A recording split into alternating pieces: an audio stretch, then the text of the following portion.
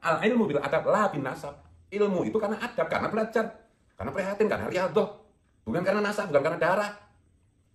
Abu Yamut tadi juga pernah mengingatkan itu di short video di YouTube masih ada. Pewarisnya penerusnya Rasulullah, pewarisnya penerusnya para nabi itu adalah ulama. Al ulama warasatul anbiya. Bukan as-sayyid atau al-habib warasatul anbiya, enggak ada itu. Hadisnya al ulama warasatul anbiya. Gitu. Jadi terserahlah kalian mau apa itu mau bereaksi kayak apapun, tapi intinya kayak begitu ya. Intinya kayak begitu. Bahkan kalau boleh saya menyarankan itu. Untuk sementara itu mungkin Habib-Habib itu berhentilah dakwah di Indonesia. Kan ngerusak aja itu kebanyakannya. 1-2 aja kalau 100 sayyid atau Habib yang ceramah itu yang benar cuma 2 apa 3. Yang lain ngaco aja, bikin gaduh aja. Muslim dijelaskan oleh Imam An-Nawawi dalam penjelasan Sahih Muslim berjudul Al-Minhaj Syarah Sahih Muslim Ibn Al-Hajjaj.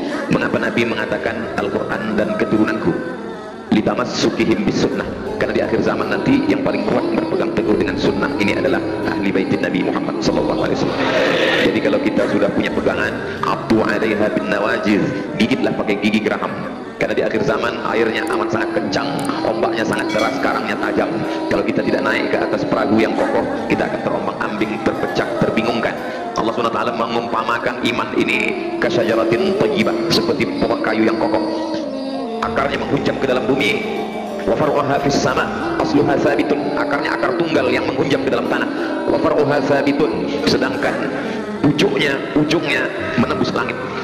Andai pokok kayu itu sampai pucuknya ke langit dan akarnya ke dalam tanah, sekencang apapun angin akhir zaman dia tidak akan tercabut, paling-paling patah, namun tercabut tidak.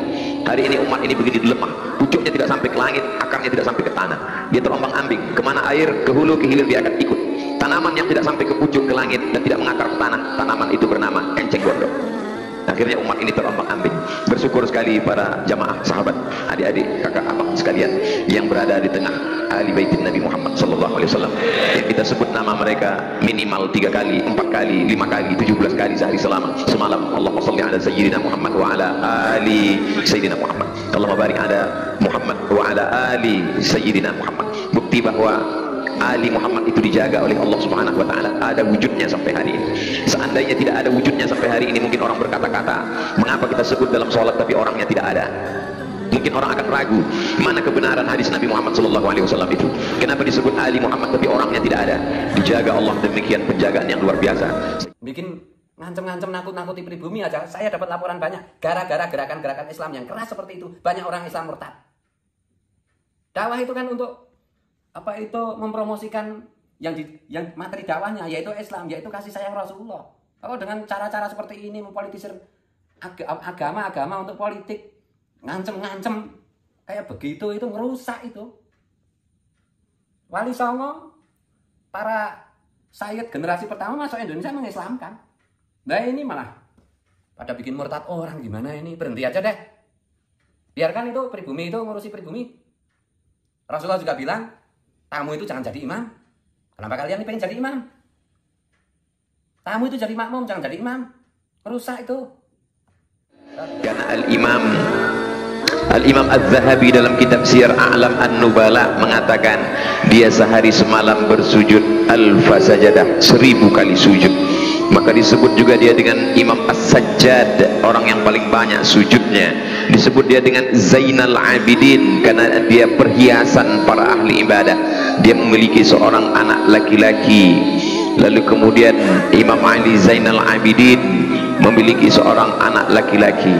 Imam Ali Zainal Abidin dari Sayyidina Muhammad sallallahu alaihi wasallam turun kepada Sayyidatuna Fatimah, dari Sayyidatuna Fatimah turun kepada Sayyidina Al-Husain, dari Sayyidina Al-Husain turun kepada Sayyidina Ali Zainal Abidin, turun kepada Sayyidina Muhammad Al-Baqir, turun kepada Sayyidina Ja'far Sadiq, turun kepada Sayyidina Ali Al-Uraidi, turun kepada Sayyidina Muhammad An-Naqib, turun kepada Sayyidina Isa, turun kepada Sayyidina Ahmad bin Isa. Disebut dengan Al-Muhajir karena dia hijrah berpindah ke negeri yang pernah didoakan oleh Sayyidina Muhammad sallallahu alaihi wasallam. Allahumma barik lana fi yamanina, berikan berkah kepada negeri Yaman. Tempat itu dipilihkan oleh Allah melalui lisan Nabi Muhammad sallallahu alaihi wasallam. Lalu kemudian dari keturunan-keturunan inilah lahir ulama yang ilmunya sampai ke atap. Atap itu bahasa Arabnya saqaf. Orang yang ilmunya sampai ke atap disebut dengan saqaf. Orang Arab menyebutnya Saqaf, karena orang Indonesia sulit menyebut Saqaf, mereka menyebutnya As-Segaf. Lalu kemudian ada bin Yahya bin Syekh Abu Bakar, ada Al-Haddad, ada Al-Jifri. Lalu kemudian salah satu ada Al-Gadri, salah satu dari mereka datang ke Nusantara. Mereka datang ke Nusantara untuk menyebarkan dakwah Islam yang luar biasa. Lalu kemudian salah satunya adalah Sayyidi Al-Habib Husain Al-Gadri, menjadi seorang mufti di Pulau Kalimantan. Lalu kemudian Sayyidi Al-Habib Husain Al-Gadri memiliki seorang anak laki-laki bernama Sayyidi Abdurrahman bin Husain Al-Gadri. Lalu kemudian dia menembakkan meriam, ditembakkan meriam sebagai alat perjuangan.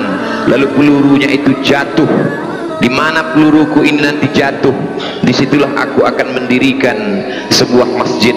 Pelurunya itu jatuh ke tengah hutan, dan di hutan itu banyak sekali jin-jin perempuan. Orang Melayu menyebut jin perempuan itu Pontianak, di sini disebut dengan kuntilanak. Lalu kemudian di kota itulah didirikan semua masjid yang sampai hari ini besar berdiri, dan orang Pontianak itu ada di sini, Ustadz Luqmanul Hakim. Betapa mereka tidak hanya sekedar berdakwah, tapi mereka menegakkan syariat. Mereka mendapatkan kedua-duanya seperti diajarkan oleh kakek mereka dalam doa, Rabbana atina fid dunya hasanah wa fil akhirati hasanah. Fid dunya hasanahnya mereka mendirikan kerajaan, itulah dia Kesultanan Islam Al-Gadriyah, Al-Qadriyah. Lalu kemudian istananya tegak sampai hari ini berdiri di tepi sungai Kapuas di Pontianak. Lalu di samping itu ada masjid, masjid yang amat sangat megah, kebanggaan bagi orang Melayu. Dalam satu hembusan napas mereka berkata, kami punya masjid, tapi kami juga punya kerajaan, punya kesultanan.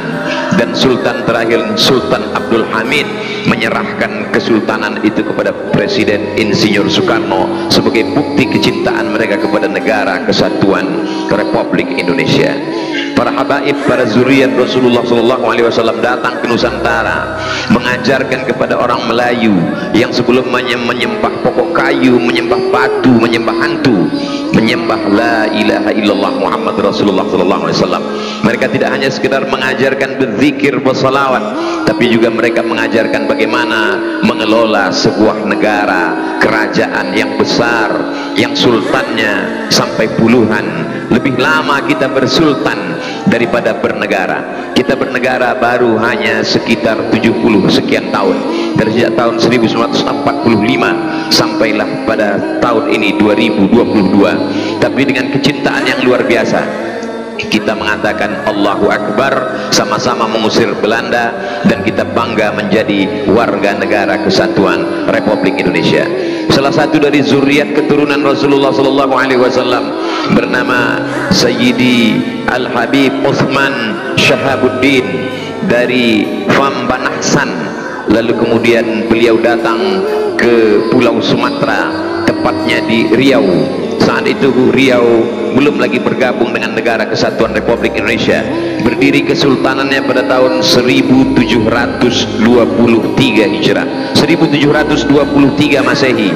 Hari ini kita 2022, begitu lamanya 300 tahun yang lalu. Lalu kemudian ada salah seorang raja Melayu memiliki seorang anak perempuan, Tengku Embung namanya. Orang Melayu di Pulau Sumatera sangat cinta dan sayang kepada zuriat Nabi Muhammad SAW.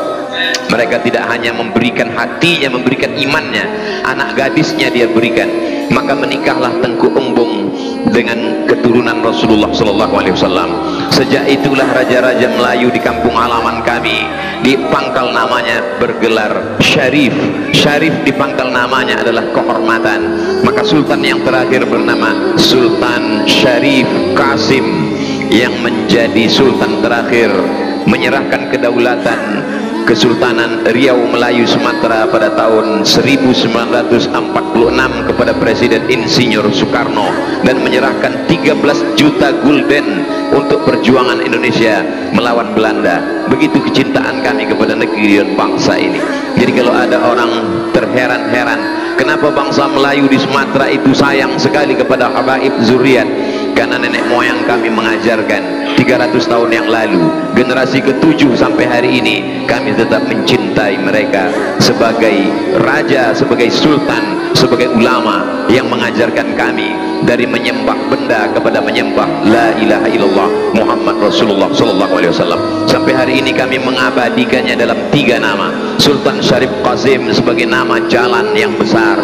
Nanti kalau saudara-saudaraku datang ke Riau, Sumatera, kampung kami, silakan melihat jalan Sultan Syarif Qasim sebagai nama Habib yang sekaligus sultan. Lalu kemudian Sultan Syarif Qasim diabadikan sebagai nama airport Sultan Syarif Qasim. Sultan Syarif Qasim juga diabadikan sebagai nama Universitas Islam Negeri Sultan Syarif Qasim. Dalam satu hembusan nafas kami adalah Melayu, dalam satu hembusan nafas kami adalah pencinta zuriat Rasulullah, dalam hembusan nafas kami adalah orang yang amat sangat cinta kepada negara kesatuan Republik Indonesia.